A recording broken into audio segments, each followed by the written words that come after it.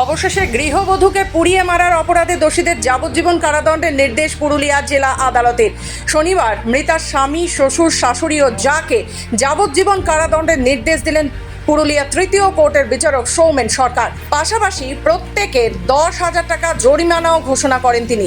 কোটশিলা থানার অন্তর্গত বড়লা গ্রামের এক গৃহবধূকে হত্যা করার জন্য তার স্বামী, শ্বশুর, শাশুড়ি এবং যা, এদের সবারই 302 ধারায় অর্থাৎ যাবজ্জীবন তাদের সাজা হয়েছে, আর বধূ নির্যাতনের জন্য আরও 1 বছর। জানা যায় 11ই মে 2016 সালে কোটশিলা থানার বড় মেটলা গ্রামে মিনা কর্মকার নামক 20 বছর বয়সী এক গৃহবধূকে পুড়িয়ে মারার অভিযোগ ওঠে মৃতার স্বামী বিজয় কর্মকার, শ্বশুর মনু কর্মকার, শাশুড়ি পিয়াসী কর্মকার এবং যা ভারতী কর্মকারের বিরুদ্ধে।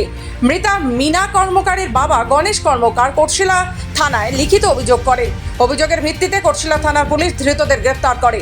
মামলা চলার পর শনিবার অভিযুক্তদের যাবজ্জীবন সাজা ঘোষণা করেন পুরুলিয়া জেলা আদালতের এডিজে থার্ড কোর্টের বিচারক সৌমেন সরকার। পুরুলিয়া থেকে নিজস্ব প্রতিনিধি রিপোর্ট, খবর বাংলা।